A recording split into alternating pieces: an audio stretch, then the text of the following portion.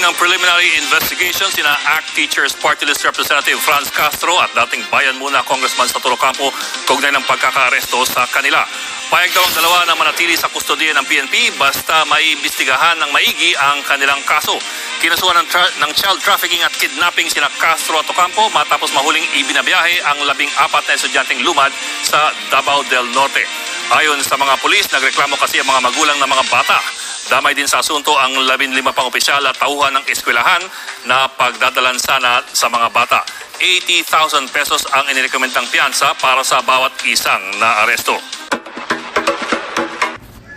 Inireklamo ng human trafficking at child abuse sina ACT Party List Representative Franz Castro, dating Bayan Muna Representative Saturo Campo at 17 iba pa. Yan ay matapos umano nilang sagipin ang mga lumad na ikinandado umano ng Alamara Paramilitary Group sa isang community center sa Davao del Norte. Pagdating sa checkpoint sa bayan ng Talaingod, hinarang sila ng militar at pulis.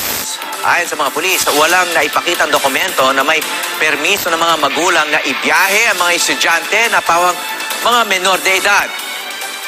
Gate ni Ocampo sa 14 na menor de edad na kasama nila, kalahati doon ang may parental consent. Dinala na sina Ocampo sa Prosecutor's Office ng Tagum City. Kinundi na naman ng grupong karapatan ang pag-aresto kina Ocampo na nagsasagawa lang daw ng humanitarian mission. Si dating Bayan Muna Representative sumailalim na sa inquest proceedings si dating Bayan Muna Representative Saturo Ocampo at ACT Party List Representative Franz Castro sa Provincial Prosecutor's Office sa Tagum City, Davao del Norte. Yan ay matapos silang sampahan ng reklamong human trafficking. Inaresto sina Ocampo at Castro at 16 na iba pa sa checkpoint sa Davao del Norte Miyerkules ng gabi. Biyabiyahe sana sila papuntang Compostela Valley kasama ang 14 na bata.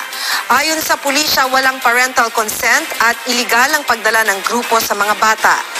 Sinabi naman daw ni Ocampo na hindi na nila questionin ang legalidad ng pag-aresto sa kanila, pero nauna nang sinabi ng grupong karapatan na ang mga inaresto ay bahagi ng National Humanitarian Mission na tumulong sa paglikas ng mga lumad na naipit sa gitna ng military operations. 80,000 pesos ang itinakda ng korte na bail bond para sa bawat isang inaresto.